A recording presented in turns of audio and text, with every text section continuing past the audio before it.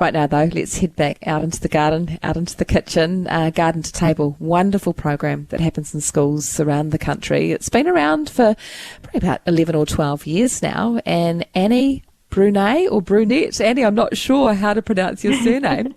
She's Kia ora, from Garden to Carly. Table, and she's joined us now. Kia ora, good afternoon. Oh, good afternoon to you. It's Ani.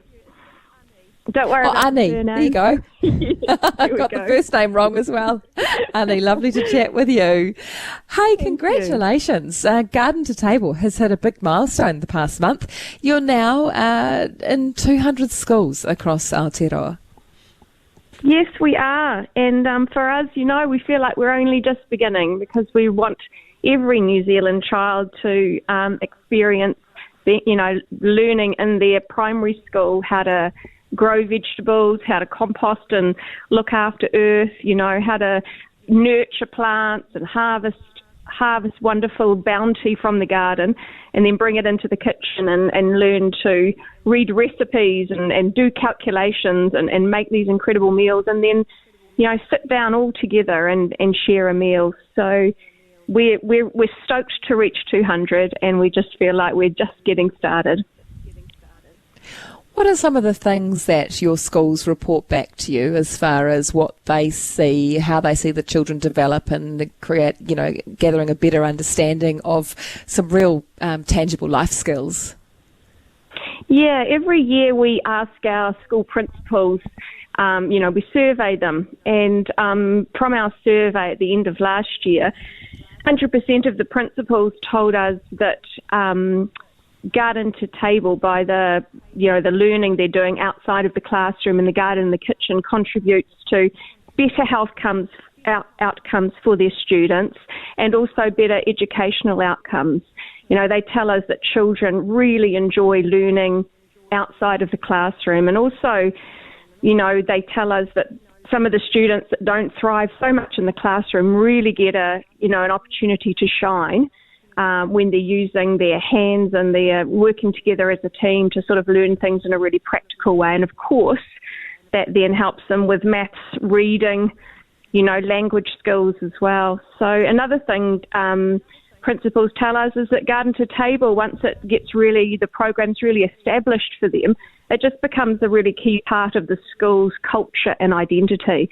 And I think something that's just so important is how students, volunteers, parents, teachers can all just connect together when they sit down and, share a meal together. So we, and another thing that I think is great is that absentee levels go down on Garden to Table days, which is really cool. So, we're thrilled. At the moment, though, we're really focused on how we support teachers, aren't they? Must be really challenging right now, teachers and parents, trying to keep it all together with their children's learning, their students' learning during lockdown. So for us at the moment, our focus is really on making it easier for teachers and making resources for them so that they can kind of really try and help the parents at home really keep their children engaged at home activities, and also really assuring our schools. Yeah, you go.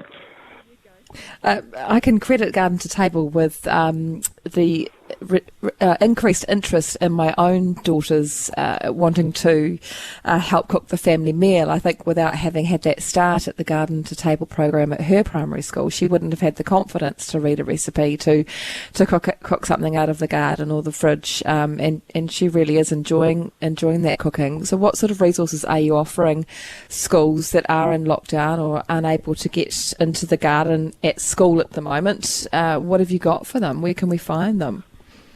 Yeah, well, we've, for our 200 schools, we've got on their community page a whole kind of area of the website that's dedicated to this. We, though, have got on our public website, so at Garden to Table on our website, we've got a taster of resources and a taster of at-home activities, and there's recipes and also really recipes with really whatever you can find ingredients. One of my absolute favourites is the salad of the imagination, where really anything goes and you make it as colourful and interesting as you can with whatever you can find. an activity that we've put up there, which I think is super cool, is making paints. And you can paint something for Dad if you like, but making paints from, vegetable scraps. Everything from onion skins to, wonderful colourful beetroot to tea, coffee. And once again, it's about, waste not, want what you use what you can, make paint, make something wonderful out of it. So that's an example. And of course, with Father's Day tomorrow, we've got a special giveaway, recipe on our website for everybody too, about making a really tasty spice rub for barbecuing for Dad. So we hope all of these things help keep parents and keep children, and in the best space possible to make the most of whatever they can find around the place and do. Well, kids love making mess, that's for sure. I've noticed that quite a lot in lockdown. And so those activities are perfect, but you might get a bonus at the end of it of something good. What goes into running a garden to table program at school? It's not something, it requires a lot of help, a lot of community support. Yeah, well, what makes a really great garden to table program is firstly, of course, really having the, principal or deputy principal really on board, so they kind of understand and think really long term about the program. And then with, that support, really having a garden specialist and a kitchen specialist, and these are people that are employed from the local school community. They don't have to be experts. We give them the training, but just someone that really loves the garden and really, enjoys supporting children, and the same for our kitchen specialists. Our regional coordinators in each area of New Zealand then provide all of the training and help schools really sort of set up their garden and set up their kitchen well. But it can be so simple. We really think starting small is so important. And then the session itself, in a class of students, half go in the garden, and they're doing everything from composting and weeding to nurturing these little darling seedling plants and harvesting pretty incredible looking vegetables of so much variety. It so impresses me. And then taking them into the kitchen. And meanwhile, the kitchen team, led by the kitchen specialist and parent volunteers or community volunteers, are, reading these recipes. The children lead everything. It's all adult-sized equipment. So it's pretty transferable to home. So that children are doing the measuring, the swapping in and out ingredients, depending on what they've got, to really make a wonderful meal. And when you go to a garden table session and you sit around and then share that meal with the kids from the garden and the kids from the class and all eat together, it's definitely a skin tingler for me. So that's how the session works. Another thing that's really important for us is making teachers' life easier. So all of the learning is linked into the curriculum outcomes. So we really encourage all the teachers at garden to table schools to really be able to kind of use that out of the classroom experience and learning across maths and science, language, culture. So, the whole thing comes together and really hums. But we do encourage schools just to start small, keep it simple, and it's incredible to see what can happen after a good few years in the program. Yeah, absolutely. I have to say, I have the pleasure of both of my older kids in the Garden to Table program at the moment. Helped them out a few times, and it's just such a lovely environment to be in, and the buzz and the joy and that you see out of the kids, and then somebody doesn't want to try something and then they do, and they kind of realise that it's okay, and it's all plant-based. It's just wonderful.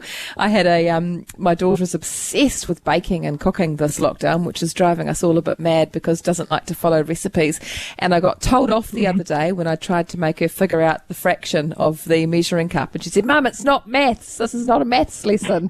I said, "This is why we learn maths, darling, so that you can read recipes and make them." Yeah, well, I think you bring up something really important for us there, actually, which is just trying new foods. And for us, trying new foods and trying to do things and having that satisfaction of doing it for themselves is just awesome. So thanks, Carly. Pleasure. Thanks for all you do. You do a wonderful job, and congratulations on making it into 200 schools. If any schools are listening and would like to join your program, what's your capacity and how best to get in touch?